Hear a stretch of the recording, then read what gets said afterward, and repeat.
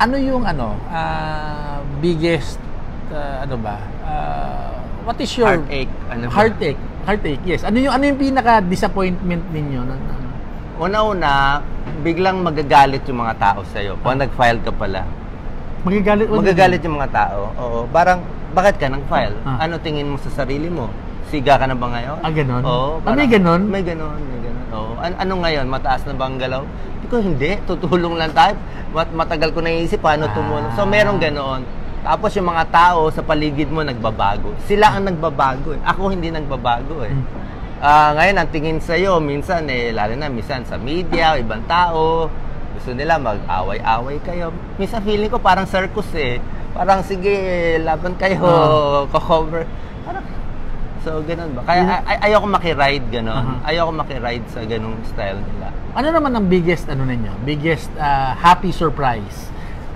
What inspires you to do this? Pinakamasaya po ako, hindi na ako nalulungkot na nakikita ko nagkakasakit yung mga pasyente ko, na yung mga heart patients na kailangang operahan, 5,000 sila, na nagbo-blue na sila, dialysis 80,000. Ang dami mga may sakit na kailangang operahan. So ngayon, hindi na ako gano'n nalulungkot na wala akong ginagawa para sa kanila. Parang at least noon kasi laging sayang eh, parang ba't di ko natutulungan kain-kain man, daming pera, ba't hindi ilagay?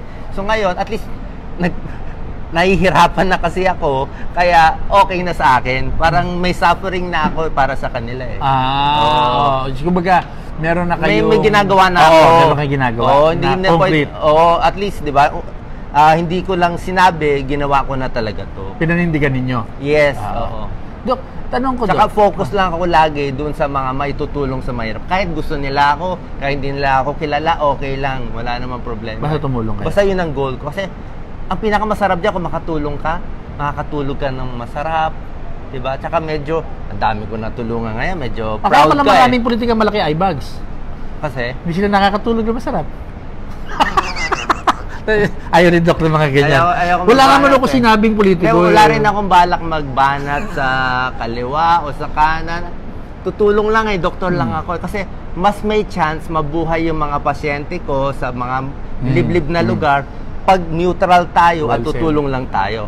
Kasi, di ba, lagi naman may majority, minority, di kunan natin lahat sila ng budget para itulong, di ba? Kung malagyan ng politika yan, baka hindi pa nila tulungan. Hindi pa nila, sabi nila, si Doc lumaban dito, wag na natin tulungan, di ba?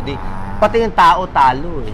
So, madadamay yung mga tao doon sa politika? Oo, madadamay sila. Tsaka, doktor pa rin ako eh. Hindi ko feel na politiko ako.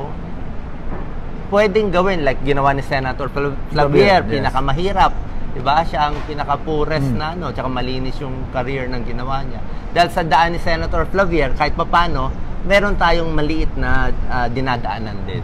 Doc, it's nice na na-mention yun. Sabi ko nga sa inyo kanina, itong pagtakbo ninyo na basically out of the blue out of the blue in the sense na hindi naman kayo from an old political family. Walang politiko walang politiko, di ba? Third cousin, fourth cousin, ni barangay captain, wala. So yung itong pagtakbo ninyo na to is for me should be an inspiration to other Filipinos na gustong tumulong, no? Na kahit walang pera, kahit na ayaw gumastos, wala tayong ginagastos, pwede silang mag-ambisyon na makatulong. Parang hindi ko pa mapayuhan. Kasi baka maghihirap sila tulad ko. Hindi, pero kailangan mafe-feel nila, titignan ko muna. Hindi, pero dapat. Sa akin dapat. Ayoko naman sila mahirapan. Kasi mahirap talaga pag pumasok ka.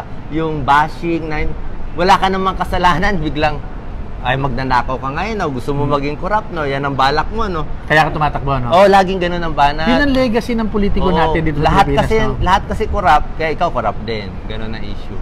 Alam mo, diba? Tumulong ka na lang sa pribado, isa, dalawa lang natutulungan ko, 100 lang. Kung makakatulong ako ng 100,000, 200,000, why not? Diba?